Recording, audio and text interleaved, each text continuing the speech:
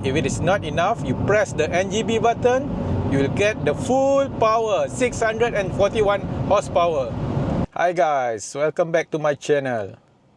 So today I'm going to talk about my Hyundai Ioniq 5N. So this is my own car, maybe among the few that are available in Malaysia right now. So I managed to get a unit. I think I heard they are saying that there are 3 units being brought in for the first batch. So I'm not sure whether there are more units coming in the future. The Hyundai Ioniq 5N has gotten a lot of attention, especially by reviewers online, and it garners a lot of praises, especially by car enthusiasts. This video is not being sponsored by Hyundai or any other companies. I can say that I've almost daily driven it for more than 2 months. So I will share my thoughts about the car. Is it worth all the hype, or it is just another electric car, fast in a straight line, a single trip pony? So let's find out. Before buying this car, I've actually been driving a Kia EV6 GT line, all-wheel drive with 77 kWh battery. That car has around 325 horsepower, dual motor. The Hyundai Ioniq 5N is actually quite a comfortable SUV. So even though it looks like a hot hatchback from the outside, but it is actually quite big. So the thing that I appreciate the most about the car is actually the ground clearance, because even though it looks like a performance car, but I've never had a single issue going through any speed bumps or going into a parking lot. Even though from the front and the back it looks like it has a skirting and all that, but I've never encountered any single issue with the ground clearance. So it is still an SUV, but it doesn't really drive like one. In terms of the body roll, it's well controlled because it has adaptive suspension. You can actually select whether you want the suspension to be stiff, or you can go to the normal setting, and it is quite comfortable. Since I'm driving the car daily, so most of the time I would just go into eco mode, and then I will put the iPedal to the maximum level so that I would have a single pedal driving. So that's the whole point of driving an electric car, and especially here in KL, the traffic is quite bad, especially for traveling to work. So most of the time I would drive in eco mode and single pedal driving, simply because the eco mode, the throttle response is more progressive. Instead of it is kicking you at the back of the head, you are getting the power progressively, so it is more comfortable in eco mode. It has a lot of power. It is more than enough actually, and I don't think anyone would need so much power all the time. The centerpiece of the car is actually the steering wheel.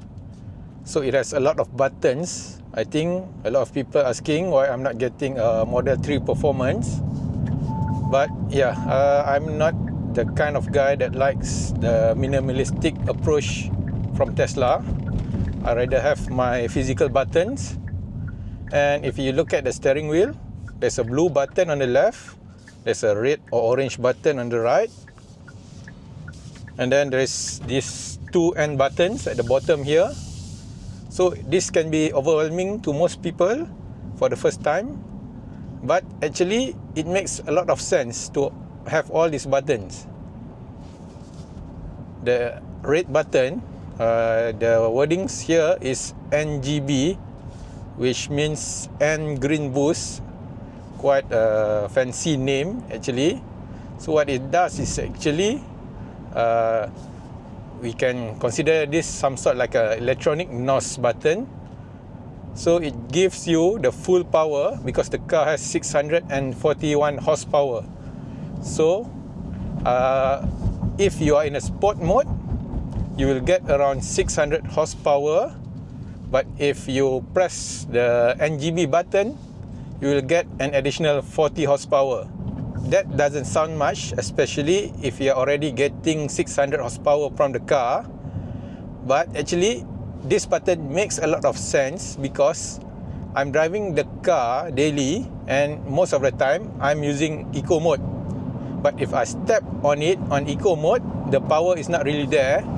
But if I really need the power, I just press the red button and I will get the full power immediately. Then these two end buttons here, both of them are customizable, but I've customized the bottom left one to go to, because we have the end mode, two custom end mode that we can set, custom 1 and custom 2. So I've set that the bottom left end button to activate the custom end mode. So if I press it once, it goes to custom 1, and I press it again, it goes to custom 2. Usually the way I would drive is that I would use eco mode with maximum regeneration, especially in traffic. But once I got into the motorway, I would activate the custom 1, and I would also activate the NE shift. This simulates the gear shift. So what it does is that on the motorway, I want the car to be less responsive, and then I want the car to glide more. I don't want the car to lose the momentum when I lift off, but I want the car to glide, because that way it is more energy efficient. With the N Custom 1 button, I would activate the N Active Sound Plus, which is the fake engine noise, but I'll just set it at a lower level because I don't want it to be so intrusive, but I like to have it at the back of my mind, so I can hear the fake exhaust noise just like a normal car. So with this button, I can jump from eco mode straight into this N Custom 1 mode, which gives me a more comfortable ride on the motorway. And then if I want to go back in traffic, I just press the blue button, it goes back to eco with high regeneration. Even in eco mode, it already has a lot of power, and if you floor it, it gives you a lot of power. But if it is not enough, you press the NGB button, you will get the full power, 641 horsepower. In a nutshell, this is actually a very good family car that can fit 5 adults comfortably, and it has enough performance to make you smile all the way. So thank you for watching. I hope you like the video. If you do, please press the like button and subscribe to my channel for more videos about this car. Thank you. Bye.